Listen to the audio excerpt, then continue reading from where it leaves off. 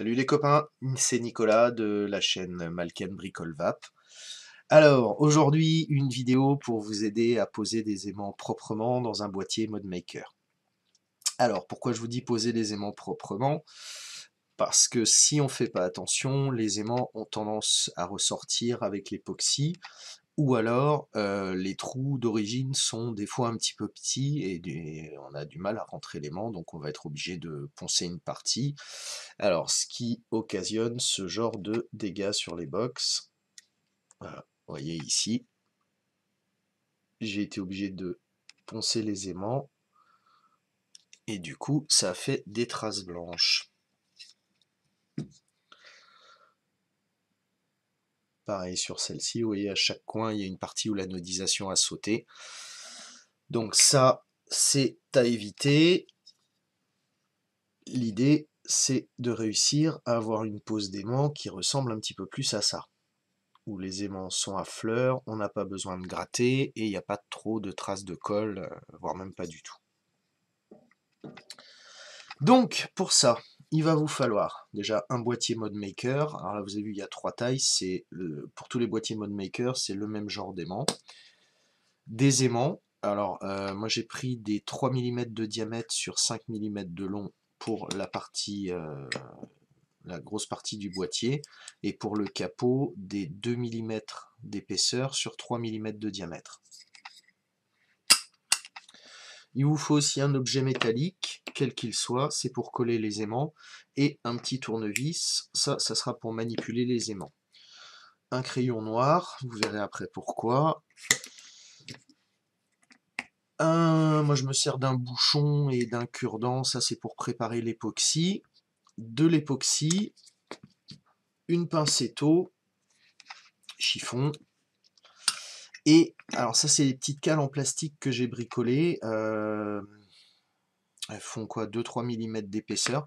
Alors, je les ai taillées de manière à ce que, hop, sur le capot, vous voyez, il y a des ergots à l'intérieur qui viennent dans la box.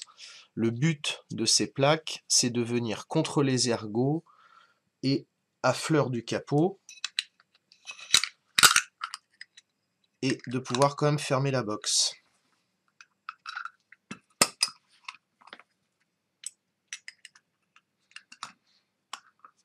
Voilà. Donc ça, c'est ce qui me servira pour le séchage. La surface est lisse, du coup ça restera propre et ça permettra que les aimants ne se déplacent pas et surtout ne remontent pas. Donc ça, plus une pince et tout. Donc comme je disais, ça c'est des petites, c'est des baguettes en plastique que j'ai trouvé en magasin de bricolage. Ça vaut 2 francs 6 sous découpé. C'est franchement parfait. Alors, petite indication sur l'époxy. Alors, il existe plusieurs types d'époxy. Là, j'ai pris de la 5 minutes, donc ça impose de ne pas traîner pendant la pose des aimants. Donc, il faut bien tout préparer. Quand vous achetez de l'époxy, testez-la. Je l'ai répété déjà dans plusieurs vidéos, mais il y a plusieurs types d'époxy. Il y en a qui vont sécher, être plus ou moins dures à l'arrivée, être plus ou moins transparentes. J'en ai même vu qui restaient vraiment molles, limite caoutchouteuses. Donc, dès que vous avez une époxy, vous prenez un bouchon de quoi que ce soit, vous la testez, vous regardez comment elle se comporte, comment elle durcit, et ça vous permettra de savoir si vous allez l'utiliser ou pas. Si vous ne le sentez pas, rachetez de l'époxy. Bon, je répète, celle-là, je l'ai eu sur Amazon, à, je crois 7 €, et franchement, elle fonctionne très bien. Je vais glisser une photo là où vous verrez un aimant avec 2 époxys côte à côte, vous verrez, c'est flagrant.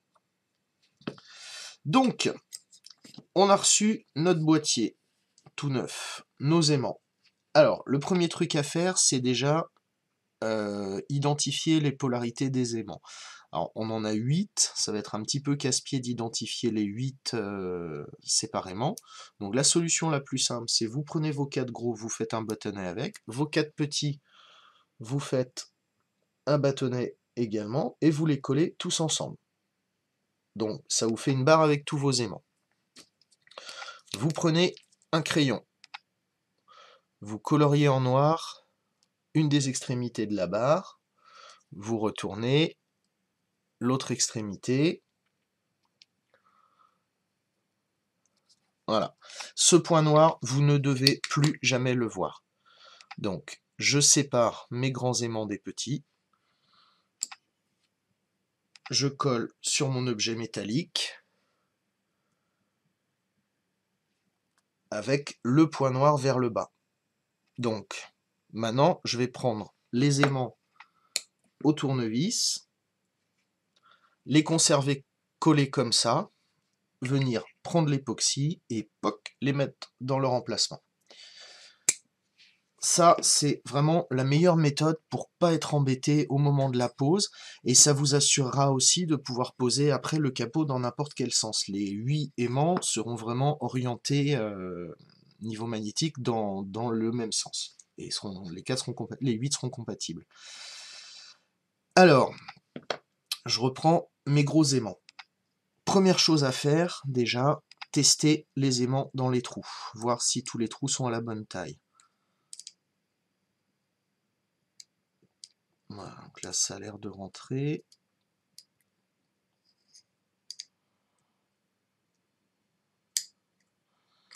Alors, quand vous faites ça, quand même prévoyez une pince parce que certains aimants peuvent être un petit peu plus durs que d'autres à rentrer. Ouais. Alors là je vois c'est plutôt rare, mais il y a 3 trous du capot qui passent pas très bien, donc je vais les reprendre.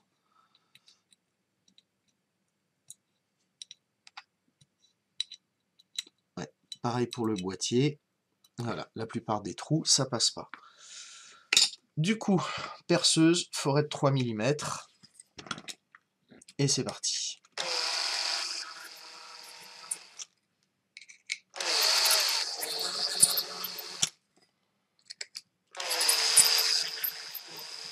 Alors bien évidemment, évitez de travailler main en l'air comme moi.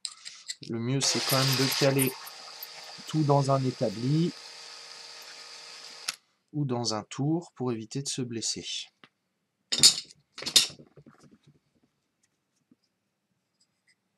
Donc là, pareil, vous voyez, je manipule ma barre d'aimant, il n'y a aucun problème. Au moment où je vais décider de la poser, j'ai mon point noir en dessous et je vais la recoller dans le même sens que les autres. Donc premier trou, c'est bon, deuxième, c'est bon, troisième, c'est bon, quatrième, c'est pas mal. Bon, donc là, le capot, c'est bon. Même topo sur le boîtier. Petite indication, pour éviter d'aller trop profond, je vais prendre un bout de scotch. Mes aimants font 5 mm, donc je prends un bon 5 mm.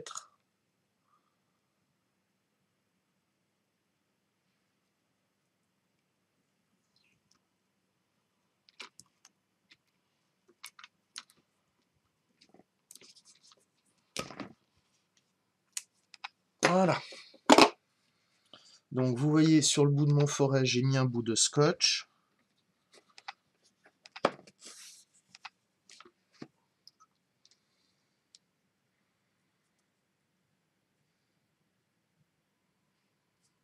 C'est pas super évident à montrer, mais vous comprenez le principe. J'ai un petit peu plus que la profondeur d'un aimant. Au pire, ils seront posés un petit peu profond, il y a moyen d'ajuster mieux. C'est vous qui voyez. Allez, le boîtier.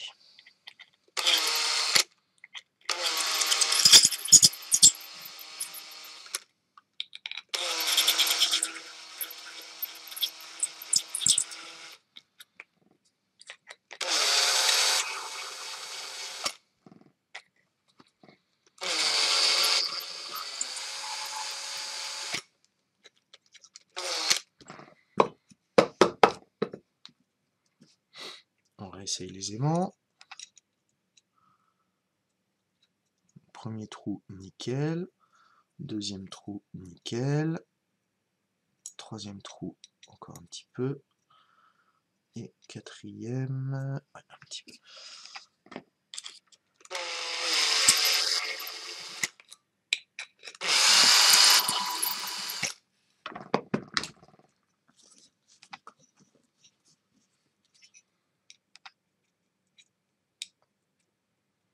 Voilà, c'est parfait. Donc là, notre boîtier est prêt. Alors, point noir vers le bas. Donc j'ai bien mes aimants qui sont prêts.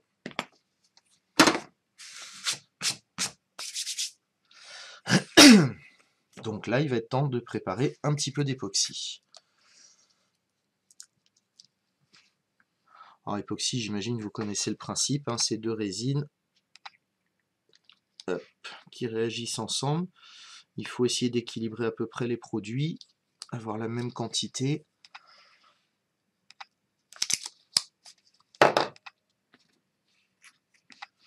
Donc le cure-dent, je mélange mon époxy. Bon là j'en ai fait un petit peu beaucoup. J'en ai même fait beaucoup trop, c'est pas grave.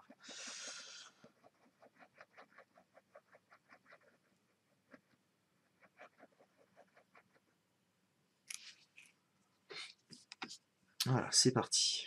Alors je vais commencer par les petits.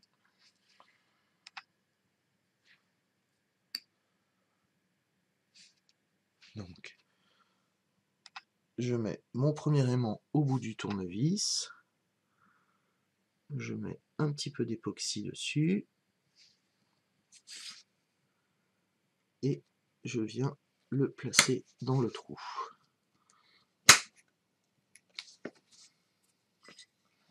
Alors, des fois il a un petit peu de mal à rentrer.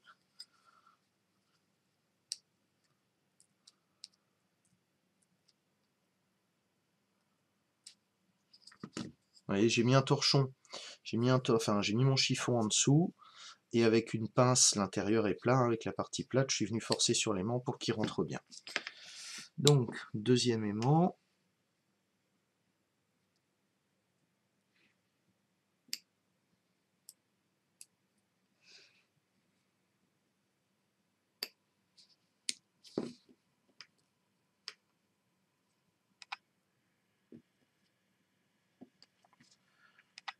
Un petit peu d'époxy.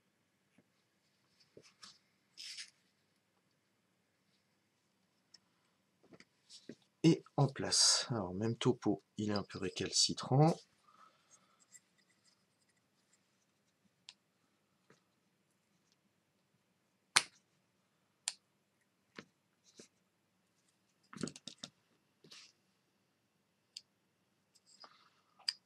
Voilà.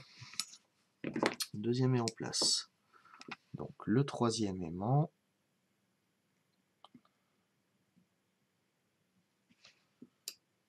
Les petits sont vraiment pas évidents à attraper, je trouve.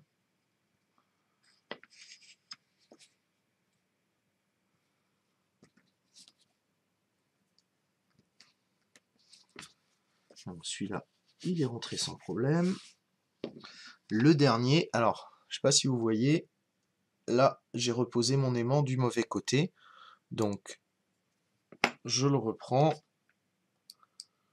je le colle sur mon tournevis avec le point noir vers le bas.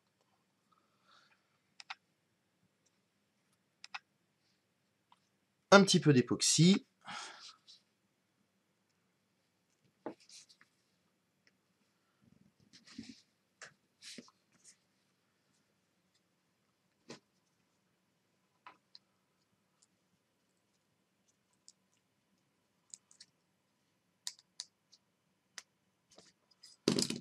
Voilà. Donc, maintenant, les 4 gros, un petit peu plus facile à attraper déjà. Faut que j'arrête de me mettre de l'époxy sur la main gauche, ça. Alors, pareil.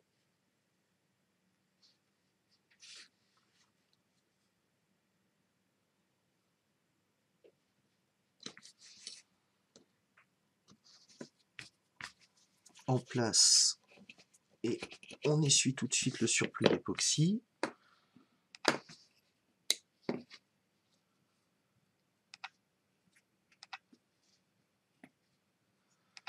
Deuxième aimant. Tac, nickel.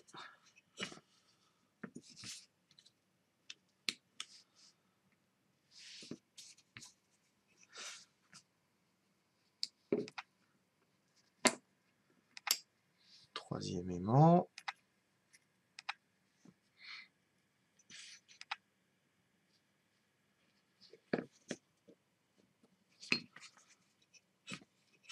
Voilà, parfait. Et le dernier. Donc pareil, Toujours point noir vers le bas.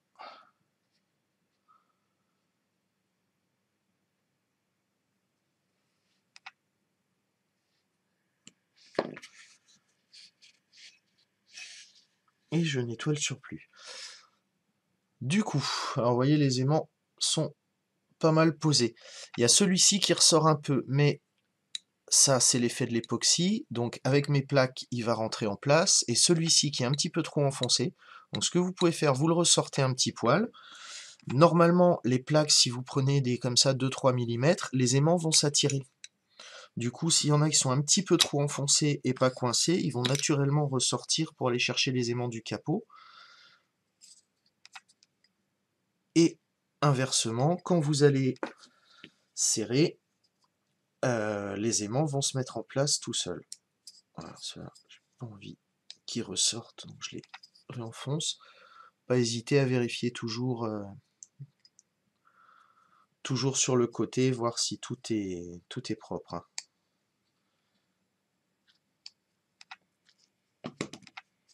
Voilà, donc, tac, tac.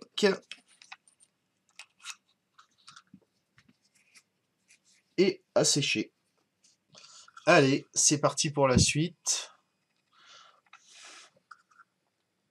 Donc, entre-temps, l'époxy a bien durci. Le boîtier a bien séché. Donc ça va, ça colle pas. Les aimants sont bien à ras.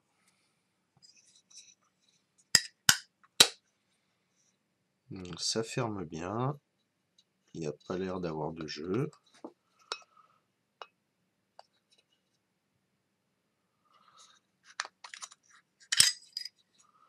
Donc au niveau des aimants, c'est plutôt propre. Et comme je disais, le capot se ferme dans un sens ou dans l'autre. Ah, par contre, je vois, j'ai gratté un petit peu le coin tout à l'heure en enfonçant l'aimant à la pince. Ouais, bon, ça, c'est pas terrible. Ah, voilà. Donc, le capot se ferme bien dans les deux sens. Les aimants sont bien posés. Ouais, c'est pas mal. C'est pas mal, c'est pas mal. Bon, voilà, le tuto est fini. Je vous remercie d'avoir regardé la vidéo jusqu'au bout. Faites de belles box. En attendant la suite, allez, ciao les bricolos!